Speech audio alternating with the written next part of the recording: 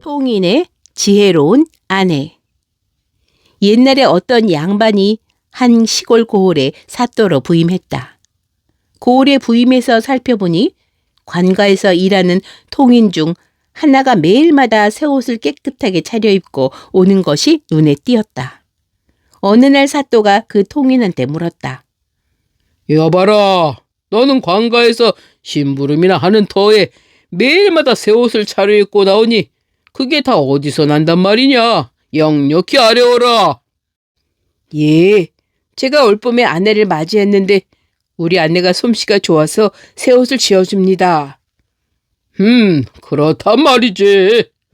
사또는 궁금증이 나서 사람을 불러서 통인의 아내에 대해 물었다. 사또님, 말도 마십시오. 그 각시가 얼마나 예쁘고 야무진지 사또님도 한번 모시면 혹 하실 것입니다. 아니, 미천한 통인놈한테 그런 아내가 있단 말이냐? 사또는 무엇을 곰곰 생각하더니 그 통인을 불러들였다. 여봐라, 듣자니 네가 꽤나 똑똑하다던데 어디 나하고 한번 내기를 해보자. 내가 낸 수수께끼를 다 맞히면 너한테 돈 1000냥을 주마. 하지만 저는 드릴 게 없는데쇼. 네 아내가 절세기라니 그 사람을 걸어라. 딴소리 할 생각은 아예 말고. 하지만 사또님. 됐다, 잔말 필요 없다. 내일을 시합날로 할 테니 가서 꿈이나 잘 꿔라. 사또가 대답을 들을 생각도 안 하고 바람소리를 내며 들어가 버리니 통인은 그만 울상이 되었다. 제 아내를 빼앗으려는 속셈이 분명했으나 사또의 명을 거역할 수도 없었다. 그랬다가는 어떤 핑계를 대서 물꼬를 낼지 모를 판이었다. 집에 돌아온 통인은 말을 잃고서 이불을 덮고 누워버렸다. 아내가 차려온 저녁상을 한술도 뜨지 않고 그냥 내보냈다. 그러자 아내가 깜짝 놀라서 물었다. 아니, 그동안 이런 일이 없더니 갑자기 웬일입니까? 도대체 무슨 일이에요? 아내가 그렇게 자꾸 캐묻자 통인은 힘없이 사또가 자기한테 엉뚱한 내기를 걸어온 사실을 털어놓았다. 이제 우리 인연이 이렇게 끝났나 보. 그러자 아내가 울상이 된 통인을 위로하며 말했다. 서방님, 그 일은 제가 알아서 할 테니 걱정 마시고 진지나 드세요. 다음 날 통인의 아내는 남편을 집에 그냥 누워있게 하고서 대신 사또한테로 나아갔다. 사람들을 모아놓고서 시합 준비를 하고 있던 사또가 놀라서 물었다. 어째 통인이 안 오고 네가 왔느냐? 서방님이 갑자기 몸져 누워서 제가 대신 왔습니다. 제가 서방님 대신 시합을 하겠습니다. 오호, 그래? 사또는 속으로 회심의 미소를 지었다. 아닌 게 아니라 직접 만나고 보니 여자가 천하의 절색인데다가 야무지기도 보통이 아니었다. 사또는 군침을 꿀꺽 삼켰다. 시합에서 지면 내 사람이 돼서 수청을 들여야 한다는 걸 잘 알 테지. 그건 제가 졌을 때 일입니다. 만약 제가 이기면 어쩌시렵니까? 돈 1000냥을 상으로 주마. 돈은 필요 없습니다. 이 고을을 떠나신다고 약속하면 시합에 응하지요. 그러자 사또는 흠칫 놀라는 듯 하더니 그래, 좋다. 내가 지면 당장 이 고을을 떠나마. 아주 호탕한 척 껄껄 웃고 나서 문제를 풀어놓기 시작했다. 자, 첫 번째 문제다. 저 하늘에 떠있는 해가 동산에 떠서 서산에 질 때까지 몇 리를 가는지 맞춰봐라. 질문이 떨어지자 사람들이 고개를 갸웃거리며 웅성거렸다. 하지만 통인의 아내는 길게 생각할 것도 없이 바로 답을 내놓았다. 예, 저 해는 하루에 꼭 99리를 갑니다. 뭐라고? 그걸 어떻게 안단 말이냐? 예, 말씀드리겠습니다. 지금 제가 사는 곳에서 친정까지의 거리가 꼭 99리입니다. 전번에 제가 동산에 해가 떠오를 때 집을 출발해서 친정에를 갔는데 해가 서산에서 떨어지는 순간에 도착했습니다. 그래서 해가 하루에 99리를 간다는 걸 깨달았지요. 그러자 모여있던 사람들이 다들 tam복하면서 고개를 끄덕거렸다. 손뼉을 치는 사람도 있었다. 당황한 원님이 얼른 다른 문제를 냈다. 좋다. 두 번째 문제다.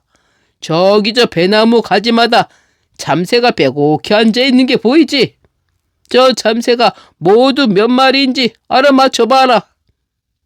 통인의 아내는 이번에도 서슴없이 대답을 했다. 예, 모두 391마리입니다. 뭐라고?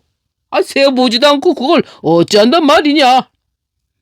우리 서방님한테 들으니 작년에 저 배나무 가지마다 배가 하나씩 열렸는데 따고 보니 391개였다고 합니다. 지금 가지마다 참새가 하나씩 앉아있으니 391마리가 분명합니다.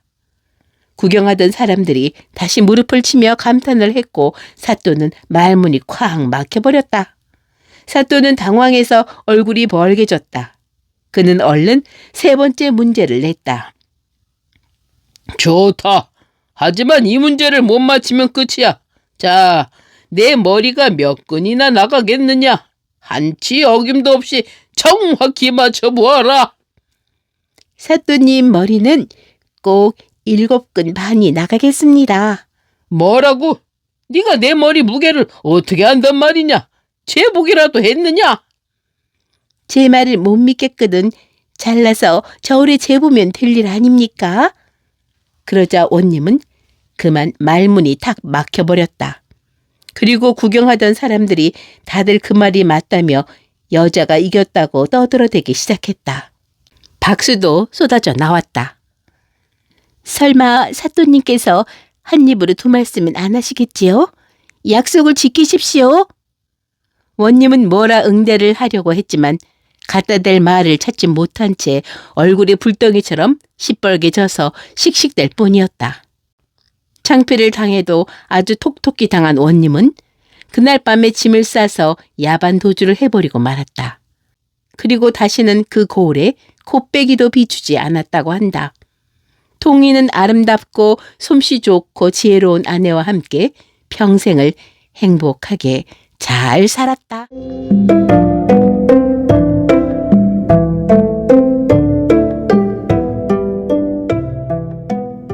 사랑의 무정바위.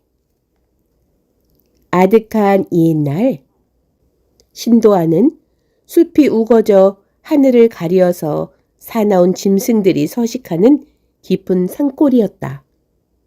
바위 틈바구니로 맑은 물이 흐르고 산새들이 떼지어 나르면 구름장처럼 햇빛을 가리었다.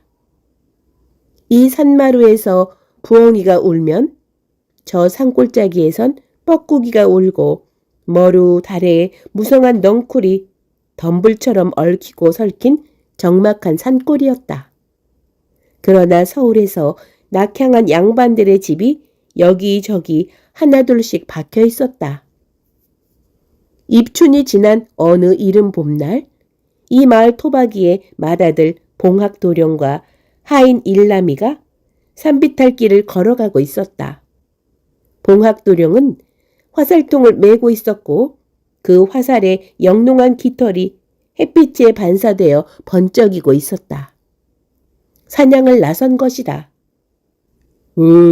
날씨도 맑고 새소리가 또한 듣기 좋으니 어쩐지 마음도 이상해집니다. 예끼 이놈, 쓸데없는 소리를. 도령님도 비록 종의 몸이지만 저도 젊은 탓인가 봅니다. 네, 알았다. 아버님께 말씀드려 네 말꼬리 같은 머리를 올리게 해주마. 정말이세요? 정말이고 말고 넌 어느 종년이 마음에 들더냐? 저 순단이가요. 종놈의 눈도 눈이라고 어찌 그리 잘 봤니? 내 아버님께 말씀드리지. 두령을 업어 키운 종 일남이는 너무도 좋아 싱글벙글 입을 다물 줄 몰랐다. 그런데 어디선가 다급한 여자의 비명소리가 들려왔다.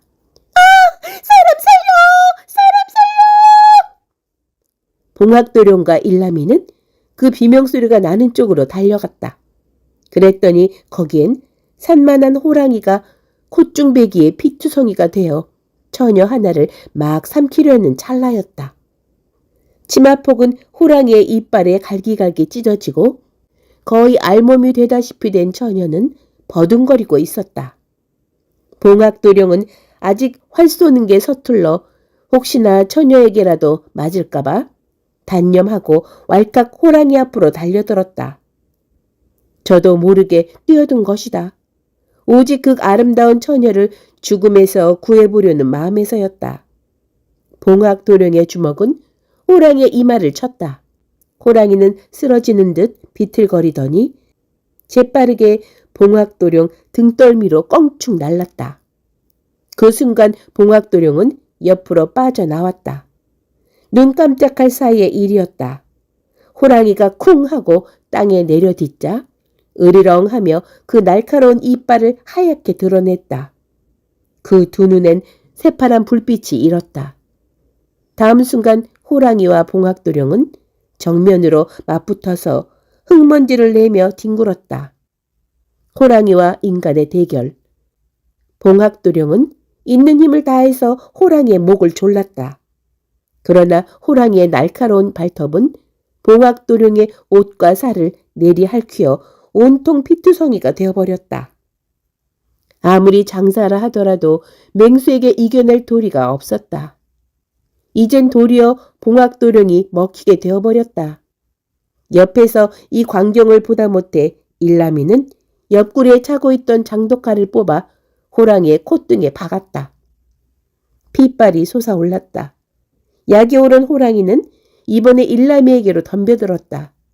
일남이는 장독칼을 다시 뽑아쥐고 호랑이와 엎치락 뒤치락 뒹굴며 싸웠다. 일남아! 일남아! 봉학도령은 비명을 질렀다. 그 순간 일남이와 호랑이는 뒤쪽에 있는 낭떠러지로 굴러떨어지고 말았다. 헤어나올 수 없는 절벽 아래서 일남이와 호랑이는 그대로 죽고 말았다. 봉학도령이 일남이의 죽음을 슬피 울고 있을 때 기절했던 처녀가 정신을 가다듬고 도령 곁으로 기어왔다. 저로 인하여 못된 욕을 당하셨군요. 정말 죄송합니다. 도령님, 그리고 저와 같이 온 시월이도 잡혀 먹혔답니다. 시월이란 초롱아씨의 몸종이었다. 초롱아씨는 그날 들꽃 구경을 하러 시월이를 데리고 나왔다. 구경에 팔리다 보니 산속 깊이 오게 되었고 호랑이까지 만나게 된 것이다. 그런데 양쪽 몸종들은 모두 죽음을 당한 것이었다. 도령님, 가슴에 찢긴 상처가 너무 심해요. 어떻게 하면 좋지? 괜찮아요. 낭자가 많이 다친 것 같은데. 도령은 낭자를 훑어보자 초록 낭자는 그제서야 치마폭이 찢겨 자기의 하체가 드러나 보이고 있음을 알았다. 어머나. 어쩔 줄을 모르는 초롱아 씨에게 도령은 자기의 옷저고리를 벗어 가리도록 하였다. 그러나 다는 가릴 수가 없어 뽀얀 다리는 그대로 드러나 보였다. 그들의 해우는 운명적인 것인지도 모른다. 이것이 인연이 되어 두 사람은 서로 사귀고 사랑하게 되었다. 물론 봉학도령은 초록 낭자의 생명의 은인임에는 틀림없었지만 문벌로 볼 때 초록 낭자의 집안이 훨씬 높았던 것이다. 초록 낭자의 부친은 서울서 당상관의 벼슬을 그만두고 낙향한 선비였고 봉학도령의 집은 그저 이고장의 가문 있는 집안으로서 예전의 선조가 진사의 벼슬을 한 일은 있었지만 두 집안은 너무도 칭하가 졌다. 그래서 두 사람의 사랑은 누구도 말릴 수는 없었지만 그래도 문벌을 내세우는 초롱아 씨의 집에서는 허용할 리가 없었다. 밤이 이슥해지면 언제나 숲속에서 만나는 바위 위에 나란히 앉아 사랑을 속삭였다. 신선하지 않아요, 낭자? 도령님 곁에 있으면 어쩐지 따스함을 느끼게 되는군요. 초록낭자, 우리 저별에 맹세합시다. 도령님, 무슨 새삼스러운 말씀이십니까? 이 몸은 도령님의 것으로 아옵니다. 낭자, 고맙소. 봉학도령은 낭자의 몸을 껴안았다. 서로 따뜻한 체온을 느끼면서 바위 위에서의 밀어는 무르익었다. 도령님, 나는 도령님의 가슴 속에 영원히 파묻혀 살고 싶어요. 밤마다 도령님을 생각하는 저를 나쁜 계집으로 여기지 말아주세요.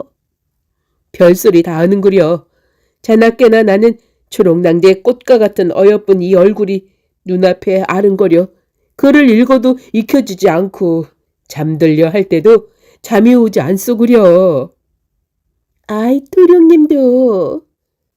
두 사람은 숲속의 그 흰 바위 위에서 뜨거운 사랑에 불붙고 있었다. 여름의 염열보다도 뜨거웠고 홍초의 붉은 꽃잎보다도 더 진한 사랑의 정열을 느꼈다. 세월이 흘러 가을이 닥쳐왔다. 중추가절 한가윈 날 초록 낭자는 장옷을 뒤켜쓰고 밝은 달빛 쏟아지는 그 흰 바위를 찾아갔다. 그런데 도령 아닌 큰 호랑이 한 마리가 눈에 불을 밝히고 입을 벌리고 나타났다. 갈쿠리 같은 흰 호랑이의 이빨을 보고 낭자는 소스라치게 놀랐다. 아! 호랑이다! 낭자는 되돌아서서 걸음아 날 살려라 하고 달아났다. 마치 가까운 곳에 있는 무슨 굴인지도 모르는 동굴 속으로 몸을 숨겼다. 나올 때 쓰고 온 장옷이 벗겨져 없어진 것을 그제서야 알았다. 달려오던 호랑이는 떨어져 있는 낭자의 장옷을 발견하자 그의 피 묻은 입을 쓱쓱 문지르고 어디론지 사라져 버렸다. 이때 봉학도령의 목소리가 들려왔다. 낭자! 어디 숨어 있어? 날 그만 놀리고 어서 나오소! 봉학도령은 이날 좀 늦게 온 것이다. 낭자를 찾다 보니 피 묻은 장옷이 떨어져 있지 않은가? 아니, 이게 웬일일까? 이 장옷이... 도령은 혹시나 낭자가 호랑이한테 변을 당한 것이나 아닌가 하고 눈앞이 캄캄했다. 낭자는 이 세상 무엇하고도 바꿀 수 없는 소중한 자기 차지의 전부였는데 보이지 않고 피 묻은 장옷만이 이렇게 떨어져 있다니 하늘이 무너져 오는 오열에 제 자신을 안유시킬 수가 없었다. 그는 옆구리에 차고 있던 은장도를 뽑아주었다. 낭자! 오늘 내가 늦게 온 탓으로 당신이 이런 변을 당했구려. 살아서 못 이룬 사랑 저승에서나 다시 맺읍시다 그려. 낭자! 사랑하는 낭자! 그는 피 묻은 장옷 위에 쓰러져 넋두리를 했다. 낭자가 죽은 줄만 안 것이었다. 초록 낭자는 밖에서 이런 일이 일어난 줄도 모르고 동굴 속에 숨은 채 도령이 오시기만을 기다렸다. 어째 아직도 안 오신담? 내가 못 오던 줄 알고 바위에 왔다 그냥 가버리신 게 아닌가? 호랑이도 멀리 갔겠지? 낭자는 조심조심 동굴로부터 밖으로 나와 흰 바위 쪽으로 한 걸음 두 걸음 발을 옮겼다. 가만히 살펴보자니 도령이 쓰러져 있는 게 아닌가? 초록 낭자는 달려가 봉학도령을 부여안았다. 이게 어찌된 일이옵니까? 도령님! 봉학도령의 가슴에는 은장도가 꽂혀 있었다. 그걸 본 초록 낭자도 기절하고 말았다. 한동안이 흘렀다. 초록 낭자는 다시 정신을 차렸다. 살펴보니 자기의 피 묻은 장옷이 쓰러져 있는 도령 밑에 깔려 있어 낭자는 꿈이 아닌가 하고 정신을 가다듬었다. 그제서야 까닭을 짐작하게 되었다. 도령님, 제가 짐승에게 물려간 줄만 아셨군요. 도령님, 이제 남은 것은 제 한 몸. 그러나 저도 도령님을 따라가리라. 저승에 가서 다시 도령님을 만나 못다한 사랑을 맺어보아요. 도련님. 초록 낭자는 봉학도령의 가슴에 꽂힌 은장도를 빼어 자기 가슴을 찔렀다. 낭자도 쓰러졌다. 두 사람은 나란히 차디찬 달빛 아래 말없이 누워 있었다. 두 젊은 남녀의 사랑의 역정은 이제 이승에서의 막을 내린 것이다. 이 두 사람이 미래하던 흰 바위는 붉은 피로 물들었다.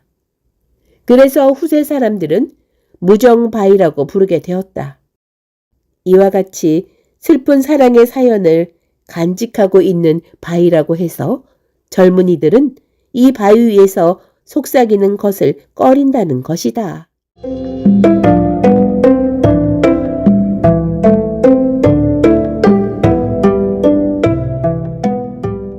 갓바치의 치밀한 복수. 상민 중에 이시성을 가진 자가 있었다.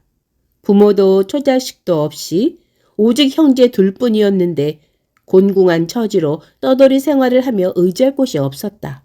남쪽 성문 밖 이문동에 재상이 집이 있었다. 이씨 형제는 그 집 문 밖에 공터로 가서 땅을 파 움집을 짓고 살았다. 형제는 가죽으로 물건 만드는 일을 업으로 삼았다. 형은 누더기 옷을 걸치고 페랭이를 쓰고 어떤 거리를 지나가다가 담장을 회칠한 몹시 정갈한 집을 보았다. 길을 향해 열린 작은 창에 붉은 주렴이 드리웠는데 주렴 안으로 언뜻 아름다운 여인의 얼굴이 보였다. 여인도 마침 형을 보고는 비웃으며 말했다. 저런 천한 것도 아내가 있을까? 형은 돌아와 아우에게 말했다. 오늘 어린 여자에게 모욕을 당했다. 술수를 써서 안갚음을 해야겠다. 그러고는 급히 재상의 집으로 들어가 엎드려 말했다. 서인은 갓밭이 아무개로 대감마님 댁 아래에 살고 있습니다. 작은 사업을 하나 해보려 하는데 300냥을 빌려주시기 바라옵니다. 몇 달 안에 반드시 갚겠사옵니다. 재상은 천한 자가 담대한 말을 하는 걸 기이하게 여겨 즉시 돈을 내주었다. 갓바치 형은 돈을 쥐고 움집으로 들어가 동생에게 주며 계책을 일러주었다. 내가 이리 하면 너는 이리 해라. 네가 이리 하면 나는 이리 할게. 그러더니 날마다 고기를 사다가 형제가 배불리 먹었다. 그렇게 수십 일을 보내고 나니 비쩍 마른 얼굴에 살집이 붙고 얼굴에 검은 때가 싹 없어지며 거친 피부에 광택이 났다. 그러자 이번에는 비단 옷이며 말총 가시며 담비 갓옷이며 향나무 부채를 사다가 옷을 말쑥이 차려입고 밖으로 나섰다. 풍채가 완연히 호골스러운 부자 역관이었다. 해가 저물 무렵 여인이 사는 동네로 함께 들어가 작은 창에 주렴이 들이운 곳을 보고 말했다. 여기가 바로 거기야. 즉시 주막으로 들어가 허리띠를 풀고 기분 좋게 마신 뒤 일부러 그 집 문 앞을 지나가며 아우더러 미리 길 건너편에 가 있다가 문 앞에서 마주치는 것처럼 하게 했다. 작은 창에는 벌써 주렴 너머를 엿보는 여인이 있었다. 바로 전에 비웃던 그 여자였다. 여인은 본래 부유한 역관의 외동딸로 재산이 많아 주막을 열어놓고 뭇 여정들로 하여금 손님을 끌어오게 하고 있었다. 여인은 두 손님이 마주 서서 이야기 나누는 모습을 보았다. 풍채가 호골스럽고 살집이 좋았으며 옷차림이 몹시 화려하고 멋졌다. 한 손님이 말했다. 나는 북경에 갔다가 최근에 돌아왔어. 그동안 별거 없으셨어? 때마침 만났군요. 골목이 꽤 으슥하니 대강 여기서 얘기 좀 나눕시다. 금은 보화가 얼마니 비단이 얼마니 하면서 서로 대화를 나누는데 이야기가 몹시 그럴싸했다. 여인은 저들이 부자 역관이라 여겨서 벌써 6, 7푼은 마음이 저들에게로 향했다. 이윽고 손님이 가방에서 돈을 꺼내더니 술을 시켰다. 여인은 급히 최고급 술을 가져다 여종에게 내가게 하고 다시 두 손님을 엿보며 그들의 이야기를 엿들었다. 손님들의 말이란 게 모두 아무개 재상이 나와 친하다느니 아무개 장군이 무슨 부탁을 하더라느니 한 것이었다. 여인은 또 부자 역관에다 권세도 있는 자들이라 여겨서 팔구푼쯤 마음이 저들에게로 향한 채 계속 엿보고 엿들었다. 얼마 뒤 날이 저물었다. 손님 하나가 몹시 취해서 자리에 쓰러져 누웠다. 다른 손님이 데리고 나가려 했지만 너무 취해서 일으킬 수 없었다. 손님은 근심스레 혼잣말을 했다. 날이 저물었는데 이리 취했으니 어쩌지? 잠깐 머뭇거리더니 문득 주막에 여종을 불러 말했다. 취한 사람은 바로 내 친구인 최정동의 이동지란 분이야. 지금 취했는데 날이 벌써 저물고 집이 성 밖에 있어 돌아갈 수가 없군. 빈 방 하나를 잡아 하룻밤 묵으며 이슬 맞지 않게 해다오. 아침에 말과 마부가 올 테니. 가방에서 돈을 꺼내 여종에게 주며 말했다. 뗄나무를 사다가 따뜻하게 주무시도록 해라. 병이 나면 안 될 것이야. 손님은 그렇게 말하고 떠났다. 여인은 뜻밖의 손님 하나가 묵게 되자 몹시 기뻐하며 급히 뭇 여종들을 불러 말했다. 손님이 우연히 취해 여기 계신데 누추한 방에 묵게 했다가 병이라도 나시면 큰일이야. 안채가 깨끗하고 따뜻하니 손님을 부축해 안으로 모시는 게 좋겠다. 뭇 여종들이 손님을 부축해들여 안채에 눕혔다. 여인은 조심조심 손님의 옷과 띠를 풀고 목침을 베우고 비단이불을 덮어준 뒤 그 곁에 앉아 술이 깨기를 기다렸지만 손님은 깨어나지 않았다. 밤이 깊자 여인 역시 잠이 들었다. 새벽녘에 손님이 비로소 일어나 앉더니 눈을 휘둥그레 뜨고 말했다. 여기는 네 집인가? 내가 왜 여기 있는 거지? 혹시 내가 취했었나? 여인이 따스한 말씨로 어제 취했던 일을 말해주고는 해장 술과 과일을 올렸다. 손님이 일어나 떠나려 하자 여인이 말했다. 제 집엔 기둥서방이 없으니 제 마음을 거절하지 말아주셔요. 굳이 만류하자 손님은 마지못해 그 말에 따라 다시 앉았다. 아직 밥을 먹기도 전에 문 밖에서 말 울음소리가 들렸다. 여인이 주렴 너머로 보니 준마와 건장한 하인이 늠름하게 다가와 나는 최정동 이동주택 사람이다. 여인이 듣고 급히 다가가서 따스한 말로 머물러 달라고 하자 손님은 또 마지못해 그 말에 따르며 하인에게 말했다. 내가 오라고 할 때 다시 오거라. 하인은 즉시 떠났다. 여인은 몹시 기뻐서 술과 음식을 차려내며 오직 손님의 마음을 얻지 못할까 걱정했다. 밤에는 손님을 모시고 잠자리를 함께 했다. 아침이 되자 건장한 구실아치가 와서 말을 전했다.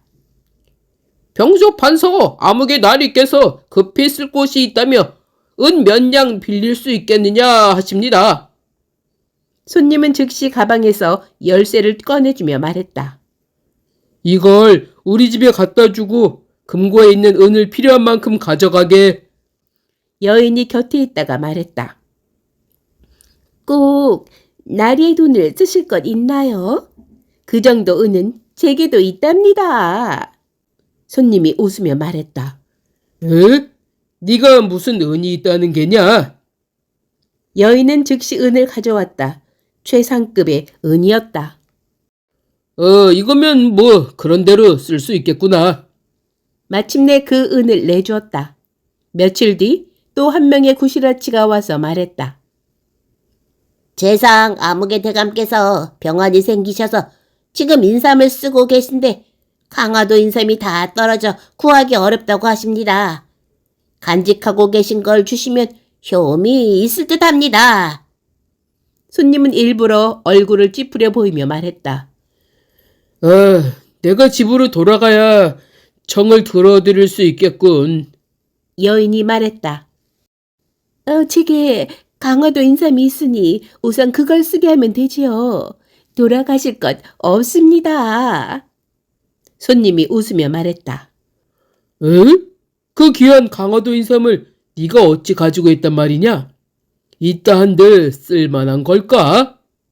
여인은 즉시 들어가 인삼을 꺼내왔다.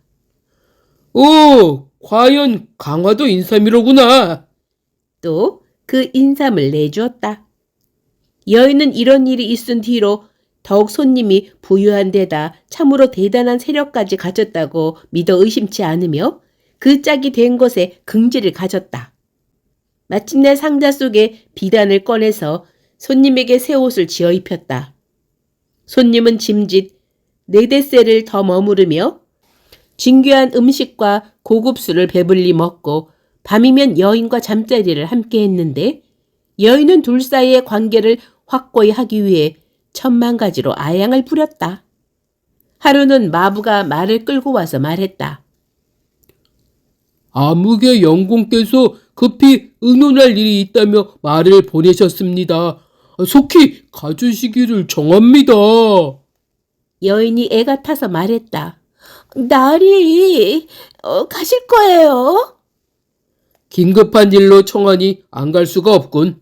또 집 떠난 지 오래라 이젠 돌아가야겠어. 떠나시면 여종을 보내 안부를 여쭈어야 할 텐데 어디로 가면 되죠? 남쪽 성문 밖 이문 안에 재정동이란 곳이 있다. 거기 큰 저택이 있는데 안으로 들어가면 온갖 꽃이 피어 있지. 그 바깥에 있는 집이 바로 내 집이야. 혹시 찾기 어려우면 어쩌죠? 손님은 웃으며 말했다. 내 집을 모르는 자가 어디 있겠누? 마침내 손님은 말을 타고 바삐 떠나갔다. 여인은 멍하니 바라보며 안절부절 어쩔 줄을 몰랐다. 며칠 뒤 술과 음식을 성대하게 준비해서 여종들을 보내 이른바 채정동이란 곳을 찾아가게 했다. 시장 사람들은 모두 웃으며 말했다. 아유, 내가 여기 산 지 오랜데 채정동이란 게 어디 있는 동네인지 들어본 적이 없네. 참. 여종은 어스름에 돌아와 말했다. 채정동을 못 찾았어요. 여인이 혀를 차며 말했다. 너희들이 길을 잃었구나. 그 댁을 모르는 네가 어디 있다고 못 찾았단 말이냐. 이튿날 옷을 화려하게 차려입고는 직접 여종들을 데리고 도성 남쪽으로 나갔다. 이문 안에 이르러 채정동이란 곳을 찾아 자빠질 듯 숨을 헐떡이고 땀을 뻘뻘 흘리며 오르락 내리락 두루 돌아다녔지만 끝내 찾을 수가 없었다. 날이 저물어서 문득 저 멀리 큰 길을 향해 대문이 난 거대한 저택이 바라보였다. 황망이 대문 앞에 이르니 과연 꽃들이 피어있고 대문 안에는 작은 집이 좌우로 펼쳐 있었으며 갓을 쓴 젊은이들이 한가로이 놀이를 즐기고 있었다. 여인은 기뻐서 말했다. 이게 내 집이구나. 여러 종들에게 자랑했다. 이 집을 봐라. 바로 이 집이 아니냐.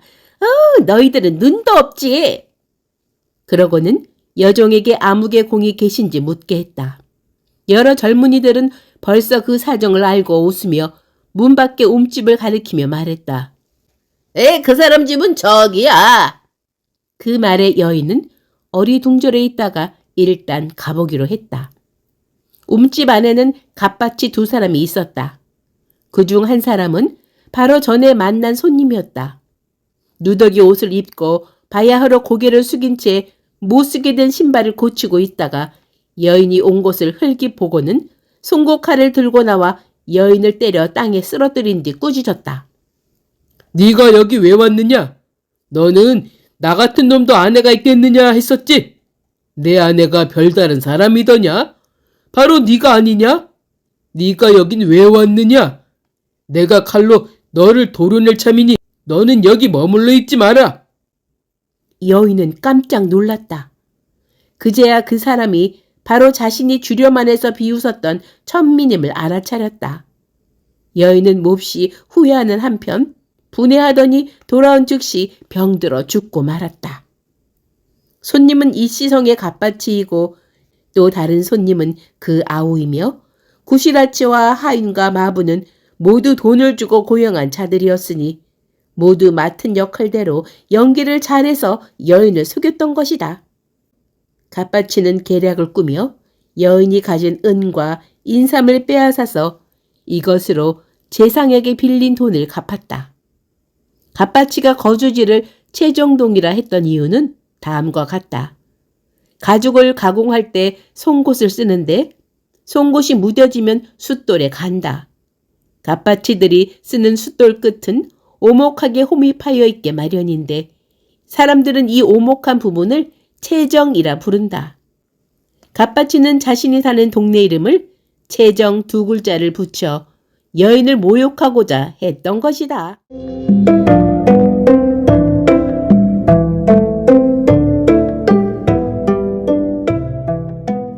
심씨 양반, 귀신 손님. 남문 밖에 심씨 양반이 살았다. 좁고 누추한 집에 한 벌뿐인 외출복을 식구들이 돌려가며 입을 정도로 가난했다. 심생은 병마절도사 이석구와 사돈을 맺어 때때로 그 집 도움을 받아 죽을 쑤어 먹었다. 작년 겨울 대낮에 한가로이 있는데 문득 사랑채 천장 위에서 쥐가 지나가는 소리가 들렸다. 심생은 담뱃대로 천장을 후려쳤으니 쥐를 쫓는 수법이었다. 그러자 천장 안에서 이런 소리가 들려왔다. 나는 쥐가 아니라 사람이요. 당신을 만나기 위해 산 넘고 물 건너 여기까지 왔으니 야박하게 굴지 마오. 심생은 깜짝 놀라 이게 도깨비인가 보다 싶다가도 또 대낮에 도깨비가 나타날 리가 있겠는가 싶어 어리둥절했다. 그때 또 천장 위에서 소리가 났다. 멀리서 와서 몹시 배가 고프니 제발 밥 한 그릇만 주오. 심생은 대꾸하지 않고 곧장 안채로 들어가서 상황을 설명했다. 집안 사람 모두가 심생의 말을 믿지 않았다. 심생이 말을 마치자 공중에서 소리가 들려왔다. 여러분들은 모여서 나에 대해 이러니 저러니 말하지 마오. 집안의 부녀들이 깜짝 놀라 달아났다. 그러자 그 귀신은 부녀들을 쫓아다니며 머리 위에서 계속 외쳐댔다. 놀라 달아날 것 없소. 앞으로 나는 귀덕에 오래오래 머물려 하니 한 집안 사람이나 같은데 왜 이리 나를 소원하게 대하시오. 부녀들이 서쪽으로 달아나고 동쪽으로 숨었지만 귀신은 가는 곳마다 따라다니며 머리 위에서 계속 밥을 달라 소리쳤다. 어쩔 수 없어 밥상을 정갈히 차려 마루에 놓았다. 밥 먹고 물 마시는 소리가 나더니 순식간에 그릇이 다 비었다. 보통의 귀신들이 흠향하는 것과는 딴판이었다. 주인이 몹시 놀라 물었다. 자네는 무슨 귀신이며 무슨 이유로 우리 집에 들어왔나? 귀신이 말했다. 내 이름은 문경관이요. 이리저리 다니다가 우연히 귀덕에 들어왔는데 이제 배불리 먹었으니 가야겠어. 그러고는 작별하고 떠났다. 이튿날 귀신이 또 와서 어제와 똑같이 밥을 달라 하고는 밥을 다 먹고 즉시 떠났다. 그 뒤로 날마다 왔다 가는데 어떤 날은 하룻밤 묵어가며 한담을 나누기도 했다. 집안 사람들은 모두가 이제는 익숙해져서 무서워하지도 않게 되었다. 하루는 주인이 벽에 붉은 부적을 써붙이고 그 외에도 귀신을 물리치는 물건들을 앞에 늘어두었다. 귀신이 또 와서 말했다. 나는 요사스런 귀신이 아니니 어찌 방수를 두려워하겠소. 어서 찢어버려서 집에 오는 손님을 물리치지 않는다는 뜻을 표해 주시오. 주인은 어쩔 수 없이 부적을 뜯어버렸다. 주인은 물었다. 자네는 앞날의 화복을 알 수 있나? 알다 뿐이겠소. 앞으로 우리 집의 기륭은 어떻겠나? 당신은 60몇 살까지 살겠지만 불우하게 생을 마칠게요. 아드님은 또 몇 살까지 살겠고 손자 때야 비로소 과거 급제의 영예가 있겠으나 현달하지는 못할게요. 심생은 그 말을 듣고 경악을 금치 못했다. 심생이 또 집안의 아무개 부인은 몇 세까지 살 것이며 아들은 몇이나 낳을 것이냐 묻자 귀신은 하나하나 대답해 주었다. 그러더니 귀신은 말했다. 쓸 데가 있으니 두 냥만 도와주시면 고맙겠소. 자네는 우리 집이 가난하다고 보나 부자라고 보나? 가난이 뼛속까지 사무쳤소. 그러면 돈을 어떻게 마련하겠나? 당신 집 상자 속에 좀 전에 빌려온 돈 2냥이 있는데 왜 그걸 주지 않소? 내가 온갖 서글픈 소리를 해가며 그 돈을 빌려온 건데 그 돈을 자네한테 주면 우리는 저녁밥을 지어 먹지 못하니 어쩐단 말인가? 당신 집에 쌀이 몇 대 있으니 저녁밥이야 넉넉히 지을 텐데 왜 거짓말로 둘러대려 하오? 내가 이 돈을 가져갈 테니 너요 마오? 귀신은 이렇게 말하고 표현이 사라졌다. 심생이 상자를 열어보니 예전 그대로 자물쇠가 채워져 있었지만 돈은 온데간데 없었다. 심생은 더욱 답답해서 노심초사하다가 부녀들은 친척 집으로 보내고 자신은 친구 집에 가서 묵었다. 그러자 귀신이 또 그 집에 찾아와서 화를 내며 말했다. 아니 왜 나를 피해 이 먼 곳에서 지내오? 당신이 전리밖까지 달아난들 내가 못 따라갈 줄 아오? 그러고는 그 집 주인에게 밥을 내놓으라고 했다. 주인이 주지 않자 귀신은 심한 말로 꾸짖고 욕하더니 그릇을 때려 부수며 밤새도록 야료를 부렸다. 주인은 심생에게 원망을 품어 깨진 그릇값을 물어내라고 했다. 심생은 마음이 편치 않아 새벽이 되자 집으로 돌아왔다. 귀신은 또 부녀들이 묵는 곳으로 가서 앞서와 똑같이 야료를 부렸다. 부녀들 역시 어쩔 수 없이 집으로 돌아왔다. 귀신은 다시 예전처럼 왕래했다. 하루는 귀신이 말했다. 이제 오랫동안 이별이오. 몸조심하고 잘 지내시오. 심생이 말했다. 자네는 어디로 가나? 제발 어서 떠나서 우리 온 가족이 좀 편히 지내게 해주게. 귀신이 말했다. 우리 집은 경상도 문경현에 있어. 큰맘 먹고 고향으로 돌아가려 하는데 노자가 부족하니 돈 10냥만 주시면 좋겠소. 심생이 말했다. 내가 가난해서 밥 먹기도 힘들다는 건 자네가 잘 알잖나. 그런데 그 많은 돈을 내가 어디서 얻어오나? 절도사 댁에 가서 이런 사정을 말하고 청하면 손바닥 뒤집듯 쉬운 일이거늘 왜 그리 하지 않고 나를 가로막으려 두어?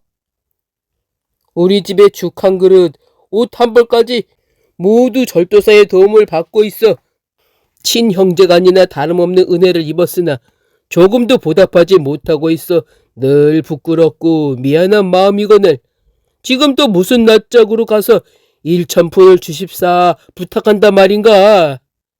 귀신이 말했다. 내가 당신 집에서 소란 피운 일을 절도사가 잘 아시니 당신이 진정을 다해 아뢰면 이 돈만 마련해주면 귀신이 떠난답니다 라고 말해보. 그리하면 재앙을 구할 길이 있는데 어찌 들어주지 않겠소? 심생은 기가 꺾이고 말이 막혀 더는 둘러댈 수 없게 되자 당장 이 절도사를 찾아가 사정을 자세히 말했다. 절도사는 과연 선선히 승낙했다. 심생은 돈을 들고 집으로 돌아와 상자 속 깊숙이 감춰두고 한가로이 앉아 있었다. 오래지 않아 귀신이 또 와서 기쁘게 웃으며 말했다. 후에 대단히 감사드리오. 덕분에 노자를 얻었으니 이제 먼 길 떠났는데 아무 걱정 없어. 심생이 거짓으로 속여 말했다. 내가 누구한테 돈을 얻어 자네 노자를 마련했다는 건가? 귀신이 웃으며 말했다. 선생은 충직하고 성실한 사람인 줄 알았는데 지금 왜 이런 농담을 하오? 귀신은 또 말했다. 내가 벌써 당신 상자 안에 있는 돈을 가졌어. 근데 2냥 반은 남겨두었어. 내 작은 정성이니 술이나 한잔 하오. 그러고는 작별하고 떠났다. 심생의 식구들은 모두 춤을 추며 경사스러워했다. 열흘 뒤에 또 공중에서 귀신이 인사하는 소리가 들렸다. 심생은 몹시 화가 나서 말했다. 내가 남에게 힘들게 아쉬운 소리를 해서 열량을 마련해 보냈으면 감사할 줄 알아야 마땅하지 않느냐? 지금 또 약속을 어기고 은혜를 저버린 채 다시 나를 괴롭히려 오다니 관묘에 하소연해서 너를 죽게 할 테다. 귀신이 말했다. 나는 문경관이 아닌데 왜 은혜를 저버렸다 하시오? 심생이 말했다. 그럼 넌 누구냐? 귀신이 말했다. 나는 문경관의 아내요.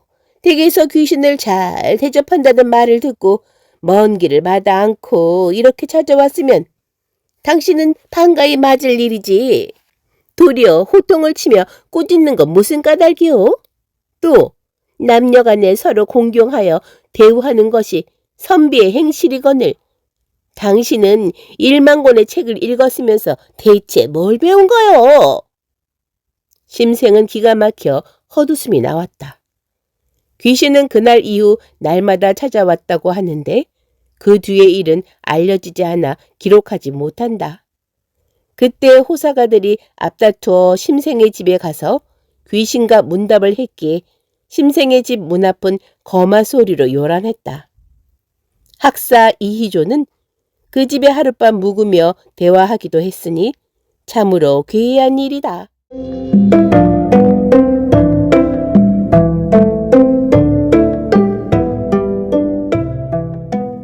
규수의 절개를 지킨 길씨녀. 길정녀는 서간 영변 사람이다. 아버지는 영변부의 향관이었고 길씨는 그 서녀였다.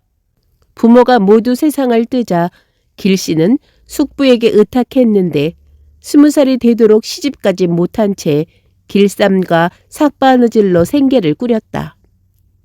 이에 앞서 경기도 인천 땅에 신명희라는 선비가 살았는데 소시적에 이상한 꿈을 꾸었다.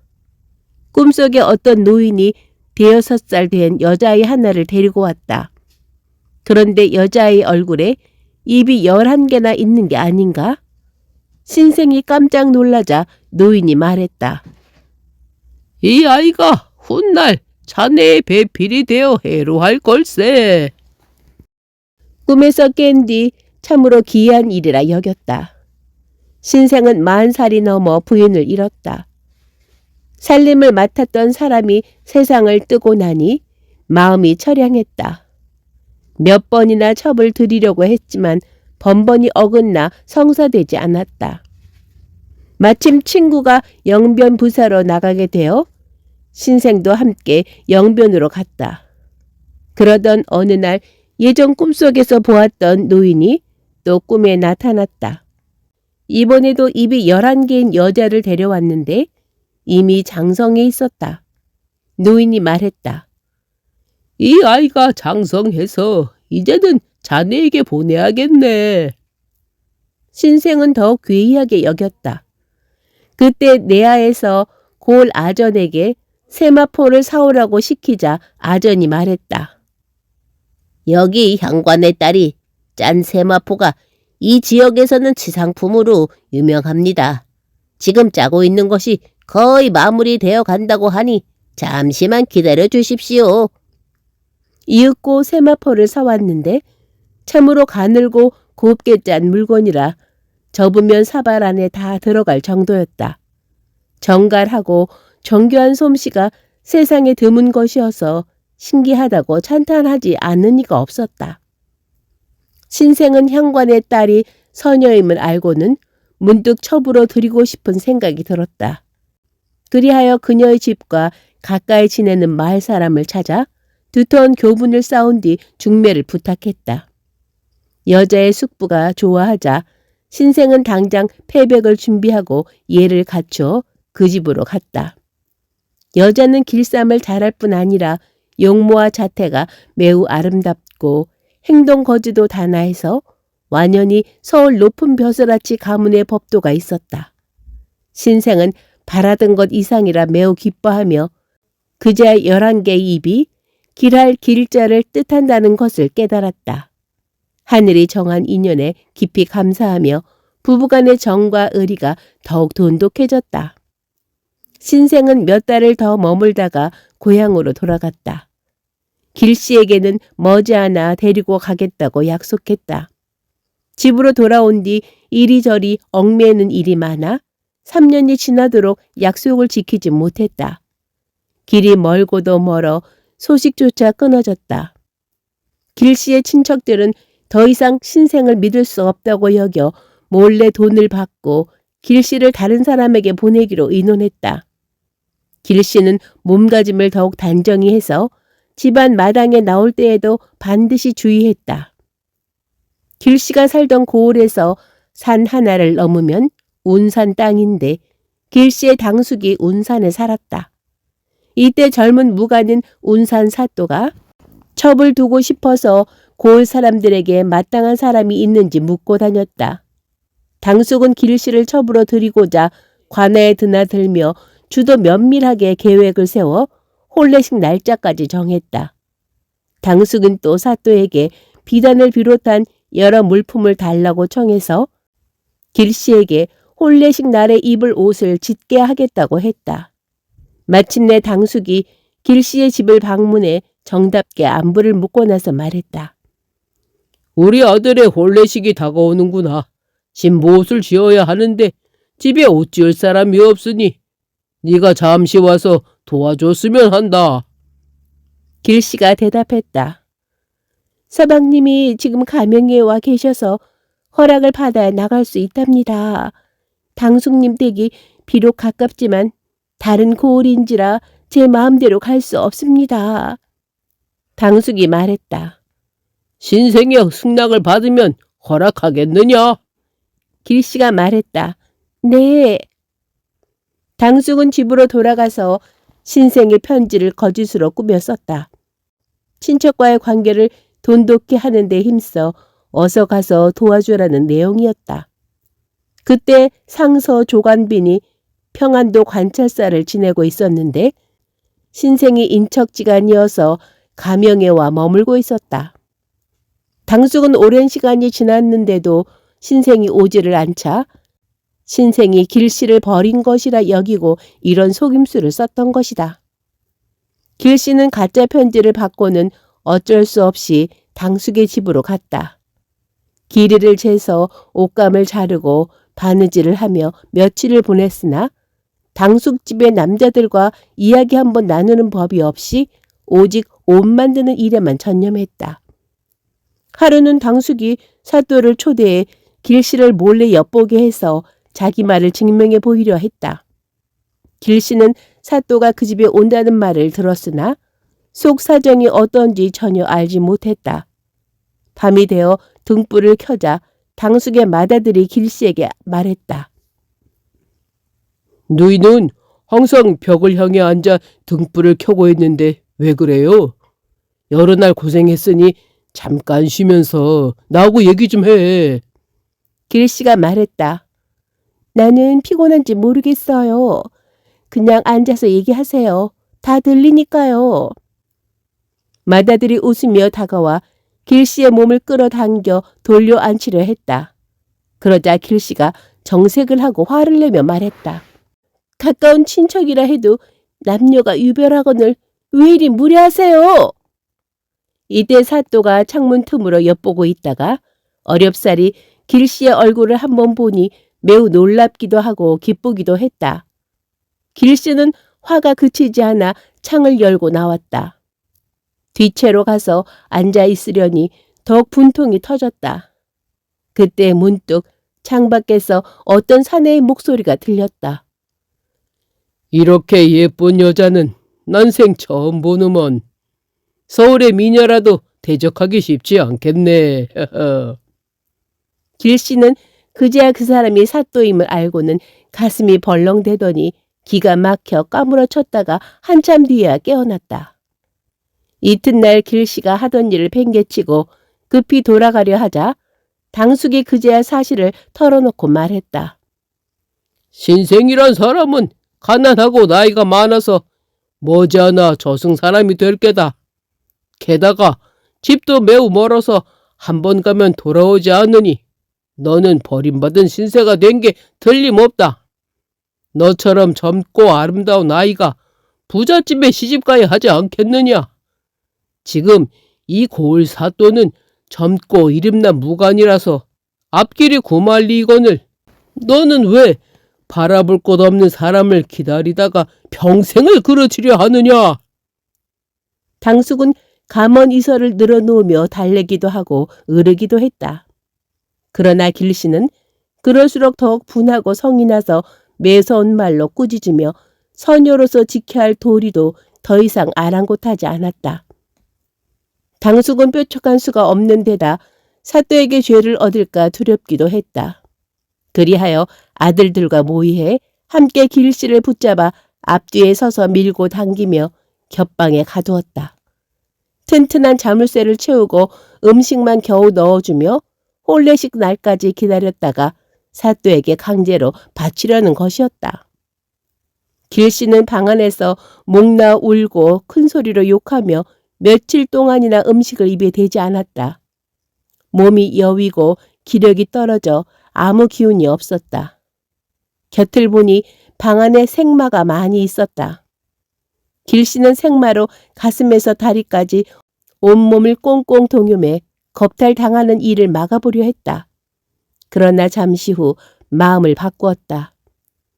흉악한 놈들의 손에 헛되이 죽느니 이놈들을 죽인 뒤 나도 목숨을 끊어 원한을 갚는 게 낫지 않을까? 그러려면 억지로라도 먹고 기운을 차려야지. 길씨는 처음 방에 갇힐 때 아무도 모르게 허리춤에 식칼 하나를 숨겨두고 있었다. 계획이 정해지다 길씨가 당숙에게 말했다. 이제 제 기력이 다했어요. 분부대로 따를 테니 음식을 많이 넣어주세요. 오랫동안 줄인 배를 채워야겠어요. 당숙은 반신반의하면서도 매우 기뻐서 밥과 맞춰온 반찬을 문틈으로 연이어 넣어주며 지극정성으로 길씨를 달랬다. 이틀 동안 잘 먹어 기력을 되찾고 나니 바로 그날 저녁이 혼례식이었다. 사또가 사랑채에 도착하자 당숙이 비로소 겹방문을 열고 길씨를 나오게 했다. 길씨는 방문 안쪽에 몸을 바짝 붙이고 있다가 문이 열리자마자 식칼을 들고 뛰쳐나왔다. 앞에 서 있던 당숙의 맏아들을 칼로 찌르니 맏아들이 외마디 비명을 지르며 쓰러졌다. 길씨가 큰 소리로 부르짖으며 이리저리 뛰어다니다가 마주치는 이가 있으면 남녀노소를 불문하고 좌충우돌 칼을 휘두르니 그 누가 막을 수 있겠는가? 머리가 깨지고 얼굴이 찢어져 피가 땅에 가득했으나 감히 그 앞에 나설 자가 없었다. 사또는 그 광경을 보더니 넋이 나가고 간이 떨어져 문 밖으로 나갈 겨를도 없이 방 안에서 문고리만 꼭 붙잡은 채 어찌할 바를 몰랐다. 길씨가 문을 걷어차고 손발을 다 써서 있는 힘껏 치자 방문이 다 부서졌다. 길씨가 온갖 말로 사또를 호되게 꾸짖었다. 네가 나라의 두터운 은혜를 입어 이 고을의 사또가 되었으면 온 힘을 다해 백성을 보살펴 임금님께 보답할 생각을 했어야 옳다. 하지만 지금 너는 백성에게 포악을 부리고 여색이나 밝히며 고을의 흉악한 백성과 결탁해서 사대부의 소씨를 겁박하고 있으니 이는 짐승만도 못한 짓이요. 천지가 용납하지 못할 일이다. 나는 어차피 네 손에 죽을 운명이니 너를 먼저 죽이고 난 뒤에 목숨을 끊겠다. 사나운 말이 칼날 같고 매서운 기운이 눈소리 같았다. 큰 소리로 꾸짖는 소리가 사방에 진동하니 구경꾼이 몰려와 그 집을 100겹이나 둘러쌌다. 혀를 차며 탄식하지 않는 이가 없었고 분해서 팔을 걷어붙이는 사람이 있는가 하면 눈물 흘리는 사람도 있었다. 이때 당숙 부자는 숨어서 감히 밖으로 나오지 못하고 있었다. 사또는 방 안에 엎드려 머리를 조아리고 거듭 절하며 애걸했다. 부인이 이처럼 굳은 지조를 지닌 분인지 모르고 못된 자에게 속아 이 지경에 이르렀소. 저자를 죽여 부인께 사죄하려 하니 제발 나를 용서하시오. 사또는 즉시 아전을 시켜 당숙을 잡아오게 했다. 당숙이 끌려오자 말 한 장에 앉힌 뒤 성이 나서 욕을 하며 곤장을 메우치고 무릎을 짓밟았다. 당숙의 피와 살이 어지러이 흩어지기에 이른 뒤에야 사또가 겨우 방문 밖으로 나와서 불이 나게 말을 몰고 관하로 돌아갔다. 이때 이웃사람이 길씨의 집에 소식을 전하자 그 집에서 즉시 와서 길씨를 데려갔다. 마침내 신생에게 달려가 사건의 전말을 자세히 알리니 평안 감사도 소식을 전해 듣고 깜짝 놀라 분노했다. 당시 영변 부사는 무인 출신이어서 운산 사또의 부탁에 따라 길씨가 칼을 뽑아 사람을 찔렀다고 가명에 보고하고 엄중한 벌로 다스릴 것을 청했다. 감사는 영변 부사에게 공문을 보내 엄하게 꾸짖고 즉시 조종에 글을 올려 운산 사또를 파직하고 평생 벼슬을 하지 못하게 해달라고 청했다. 감사는 또 당숙 부자를 붙잡아다가 형장을 쳐서 엄하게 신문하고 외딴 섬으로 귀양 보냈다. 그러고 나서 하인들을 보내 길씨를 가명으로 맞이해 온 뒤 크게 칭찬하고 후한 상을 주었다. 신생은 길씨와 함께 즉시 서울로 올라가 아현에 살다가 몇 년 뒤 인천 이집으로 돌아갔다. 길씨는 집안일에 힘써 마침내 집을 부유하게 만들었으니 더욱 현명한 사람이라는 칭송을 받았다.